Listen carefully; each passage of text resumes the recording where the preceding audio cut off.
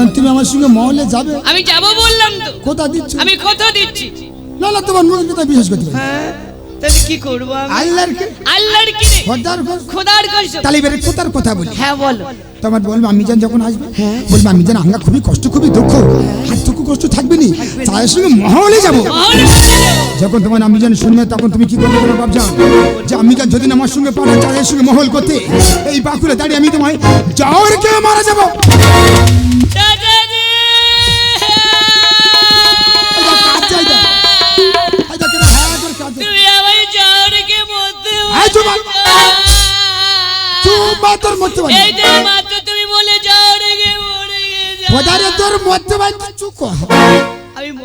আমি জানি না মৃত্যু কথা বলতে মিথ্যা কথা বলতে হবে।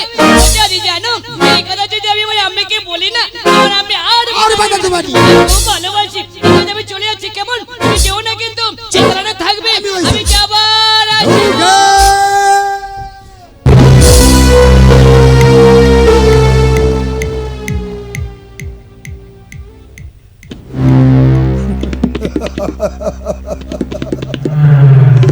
অতি শিশু শৈশবকালে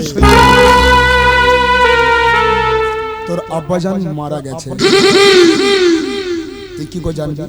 তখন তোর আম্মিজানের পেটেতেই ছিলিস। আমার আব্বাজান আম্মিজানের বেঁচে থাকতে তোর ওই আম্মিজানের সঙ্গে আমার বড় ভাইজানের শাদি দিয়ে দিল। তোর এই আম্মিজানের মাথানোর রূপ যে আমাকে পাগল করে দিয়েছে। এমন সময় এই মহলের দায়িত্বটা বড় ভাইজানের ঘাড়ের উপরে চাপিয়ে দিল। আব্বা নানা রে সবাই ইন্তেকাল হয়ে গেল। বাকুলে বসে শুধু ভাবি বসে বড় ভাইজান যতদিন বেঁচে থাকবে এই মহলের দায়িত্বটা আমি নিতে পারবো। এমন সময় দেখলাম আফগানিস্তান আরে পাকিস্তান যুদ্ধ লেগে গেছে। একদিকে গুলি, একদিকে বোমা। বড় ভাইজানকে নিয়ে গেলাম সেই যুদ্ধক্ষেত্রে। আমারই ছলে বলে কলে কৌশলে বড় ভাইজানকে আমি মেরে দিয়েছি। সবাই বলে হাল ছাড়ে তো পাই ছাড়ি না, পাই ছাড়ি তো ভাই ছাড়ি। বলো ভাইজান বলে কোথায়? কোলে করে নিয়ে কাপড় সাজিয়ে কবরের মধ্যে পাঠিয়ে দিল। কবর থেকে ঘুরে এসে দেখি ভাবি আখির পানি ঝরিয়ে ঝরিয়ে ওই সোনার মতো দেহটা কালি করে ফেলেছে। আমি বললাম ভাবি বড় ভাইজান তো কোন আসমানের তারা হয়ে গেছে, কোনদিন এসে বলবে না আবে আমার এক গ্লাস পানি খাতে দাও, পানি খাতে। কোনদিন এসে বলবে না আবে আমি যে বড় ক্ষুধার্ত আমার কিছু খাতে দাও। যে আই বলে তার চিন্তা করে আর কিছু করতে পারবে। আমি তো ওইছি, আমি তোমার সাধী। যেই স্বাধীন কথা বলেছি ভাবি না বুঝে না শুনে আমার গেলে থাপ্পড় বসে। সেই থাপ্পড়ের কথা আমি ভুলতে পারিনি। কলিজার মধ্যে দাউ দাউ করে আগুন জ্বলতে কবে নেব সেই প্রতিশোধ। সেই প্রতিশোধের সময়টা যে আগে এসে গেল ভাবি। তোকে মনের কানে আমি বিষ মন্ত্রটা ভরে দিয়েছি। চলে বলে কলে কৌশল আমি তোকে নিয়ে যাবো সেই বাধা বলে মহল করতে। আর তোমার ওই মোরা বাগানে ফুটিয়ে দেবো ফুটন্ত গোলাপ। নতুন গুটি, নতুন দাবা, নতুন চা। এটা ধনা মহলেরই চা, শালা মৌলে বংশের ছাট মা।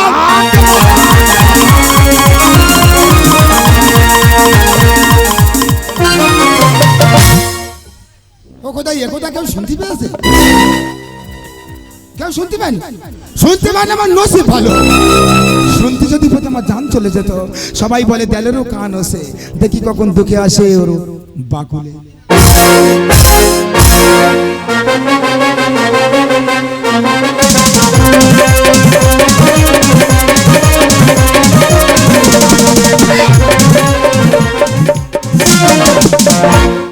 নমস্কার উপস্থিত ভদ্রমণ্ডলগণ এবং আমার গুরুজনেরা, তাদের আশীর্বাদ মাথায় নিয়ে আমরা গুটি কয়েক ছেলে যে অনুষ্ঠানটা করছি, কিছু ভুল ত্রুটি হলে ক্ষমা করে দেবেন। আজকের যে পালাটা চলছে খুব দুঃখের পালা। আপনারা দেখতে পাচ্ছেন পয়সার লোভে একটা সন্তানকে নিজের রক্ত কিভাবে বনে ছেড়ে দিয়ে চলে আসছে। তাই দুঃখেদার গানে সন্তুষ্ট হইয়া আমাদের কমিটির ছেলেরা 100 টাকা উপহার দিলেন।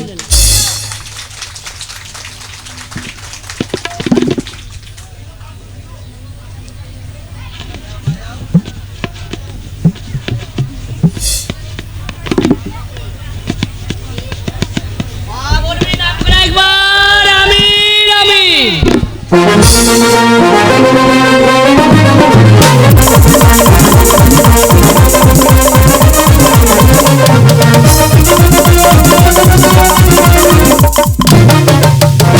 মন্ডল বাড়ি বউ আমি মন্ডল বাড়ি বউ, মন্ডল বাড়ি বউ আমি মন্ডল বাড়ি বউ। কলে জল আনতে গেলে সঙ্গে যায় নাচে গো আমি মন্ডল বাড়ির বউ আমি মন্ডল বাড়ির বউ, মন্ডল বাড়ির বউ আমি মন্ডল বাড়ির বউ, মন্ডল বাড়ির বউ আমি মন্ডল বাড়ির বউ। দিদি গো চলে যাই, ঘরে সকাল থেকে ধান দিয়ে বসে আছি, আসাই নাকি মাগিরা এলো আমার বাসটা এখনো, আজকে আসি অবস্থা করতে হবে, আমি ছাড়বো। ভগবান রে, সে মুখের কথা মুখে রয়ে গেল, নেকি মাগিরা পায়ে নপুর দিয়ে ঢুকে গেল।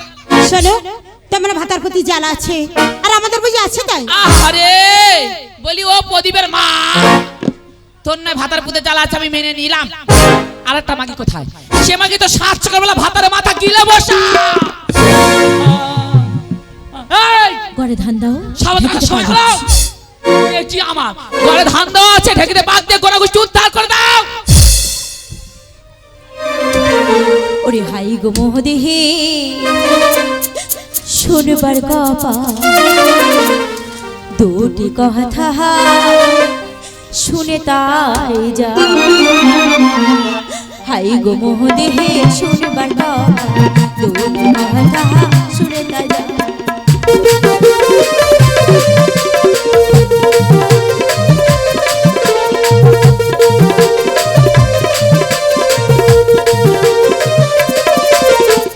হওনি কেন রাজার মেয়ে তুমি, হওনি কেন রাজার মেয়ে তুমি, বসে বসে গিলতে যেতে তাই।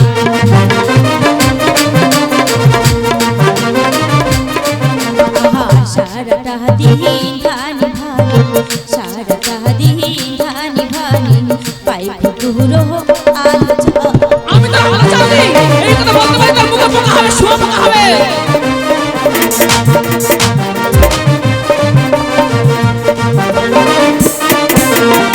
এই চাগিরি দরকার নাহি তোমার, এই চাগিরি দরকার নাহি তোমার, অন্য চাগিরি কারো দেহে তাই। দেহে শুনবার কথা, দুটি কথা শুনে তাই আমি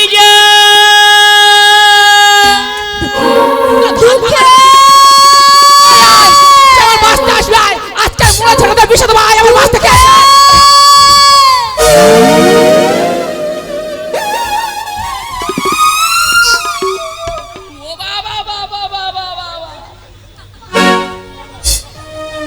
এটা কি হলো? কে রে এসে দুম করে পড়ে মতো পড়ে?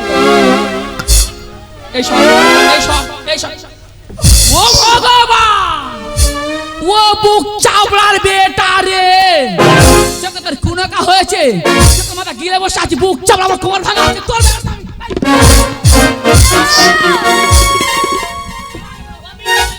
আমার দুঃখে কি কেন আছো? আমার মারে মারুক জানো আমি জান, আমাদের বাড়িতে না এত বড় কুটুম এসেছি, আমি জান সেই কুটুম বলেছি আমরা এবার বড় হয়ে যাব, আরে বলেছি তোমায় ভাড়া ভাঙতে হবে না, এগুলো চলতে হবে না, আমার সঙ্গে চলে এসো। এই সানাই রে, তোর এই পোয়া আমার বাসটা কেন?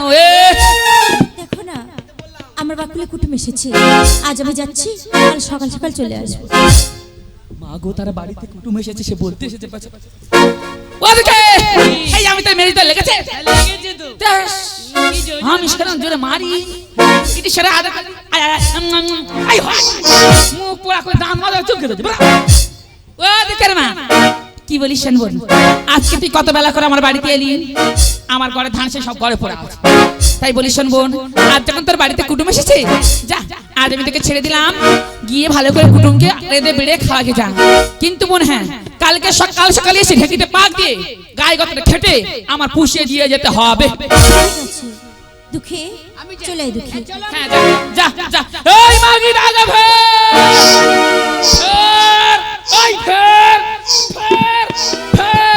দাঁড়া আমার ঘরে ধানে পড়ে আছে তুই ছেলেকে নিয়ে শখ করে ড্যাং ড্যাং ড্যাং ড্যাং তাই যাবি রে যাবি যা করে শুনে যা আজকে যে বাড়িতে কুটুম এসেছে যা আমি তোকে ছেড়ে দিলাম বাড়িতে গিয়ে সেই কুটুমের সঙ্গে সোহাগ করবে যা না আজ এমন করে কেন বলছো আমরা গরিব বলে আমাদের কি কোনো সম্মান নেই দুঃখে রে যেখানে সম্মান নেই সেখানে থাকবো না দুঃখে মরণ তুই আমার সাথে চলে আয় যাও নাকি তোমার সাথে তোমার বাড়ি খেতে এসেছি নাকি হ্যাঁ ঠিক বলেছি তো তুমি গালাগালি করলে কেন ঠিক বলেছি তোমাদের কে খেতে আসবে আমি ভেবেছি আমার মুখ আছে আমার মুখ ছোট ও বাবা এ তো আরো আগুন রে হ্যাঁ তোমরা হাসতেছো গাল টিপলে বল বল করে দুধ বার হয় সে বলে আমি তোমাদের কি কি তোর জন্য সরু চালে ভাত লম্বা করে মাগুর মাঝে ঝোল দিতে রেখেছি যা আজকে সরু চালে ভাত আর মাগুর মাঝে ঝোল দিয়ে তোর ভাত খাওয়াবো আমার জন্য সরু চালের ভাত আর মাগুর মাছের ঝোল হ্যাঁ আমার কি জোরে খিদে পেয়েছে তুমি দুটো দাও খেয়ে দাও আমি তো দুটো খেয়ে আমি যখন চলে গেছে খুব ভালো হয়েছে তুমি আমায় দুটো দাও না আমি খেয়ে চলে যাবো। এ বুক চাওড়া বেটা রাখিল রাতে যেন জীবনে খায় ও দেখি তিশরি চলে ভাত আর মাগুর মাঝে ঝোল খাবি আমার ভাতার কত কষ্ট করে মাগুর মাছ ধরে এনেছে আমি আশবড়িতে ঘষা ঘষা ঘষা ঘষা থাল থালছে রান্না করেছি ওই মাগুর মাছের ঝোল আমার ভাতারে গেলাম তোর গেলাবো ওই মাগুর মাছের ঝোল আর সরি চালে ভাত তোর বুকে ঢালবো সে নাই হোক তুমি নাই আরে দুগা ঝাড়ের বাড়ি মারে দুটো দাও না খেতে দে আমার খুব খিদে পেয়েছে যে ঝাঁটার বাড়ি খাবো তোর আজ জন্মের গেলাম আর মাস আমার যায় রাখলে গড়ে ধান পড়াতে যাও মনে আমি জীবনে খাইনি মাগুর মাছের ঝোল আমি কোনোদিন খাইনি তুই এখন যাসনি না যাবো না দুটো দাও না খেয়ে যাই ভগবান রে ये মাগুর মাছ খাওয়ার জন্য মরে ও আমি জানি তোর আমি জানি কোথায় রে চলে গেছে ও বাবা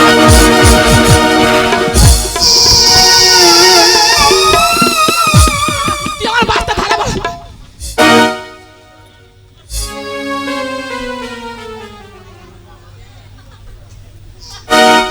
বলি হ্যাঁ রে প্রদীপের মা একটা মাগুদের ছেলেকে নিয়ে শখ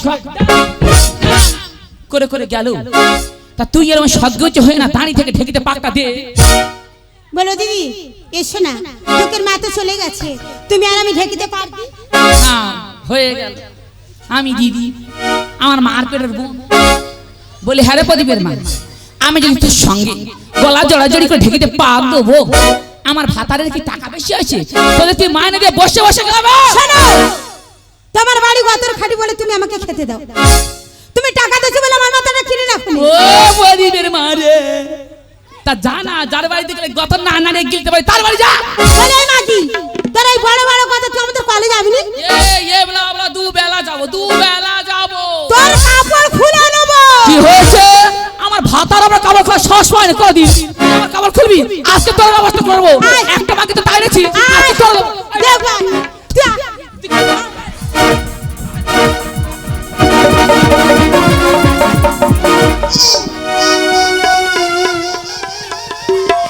পারবে না ছুটে আসবে ঠিক হয়েছে একদম হয়েছে পারবে না ছুটে আসবে ভগবান আমি ভেবেছি নামে ফুলে আছে খাই কিচ্ছু নেই কিন্তু ভাতারে ঘাড়ে বসে বসে গেলে বেশ তো কুমুচ তৈরি হয়ে আছে পারবুনি তো কি হয়েছে রাস ছাড়ুন মুখে যাবে তারপর যা হয় হবে এই ঢেকি পাক দে। এই আমি তোর ঢেকিতে পার দিতে পারবো না পাক যে না দিবি তো সব কিছু দাঁড়িয়ে যাব না তা যাবো না তা কি করবো দুঃখের মা তো চলে গেছে তো হয়ে গেছে আর আমি একা তোর এই লম্বা ঢেকির হবে সবার মাঝে এই, তুই ঢেকরা বসবি কানে ঘুটে পাতে সেখানে যা কাঠের গোলা সেখানে যা মা গির পেটে মা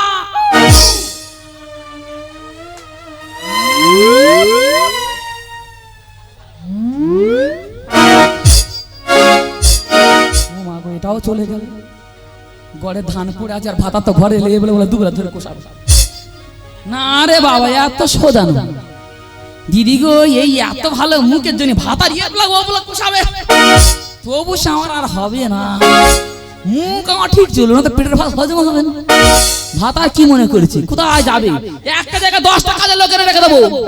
তখন মুখের থেকে যখন বার করেছি এই ঘরে ধানে ভাতারাতে ভানাবো, ভানে তবে আমি ছাড়বো, তবে আমি মন্ডল বাড়িব। হ্যাঁ ও তুই আচ্ছা বাপের বেটি, বুদ্ধিটা তুই বার করেছি, তা তোর বাবা কি বুদ্ধিটা তুই বার করেছি, একেবারে খাঁটি ও তুই রে?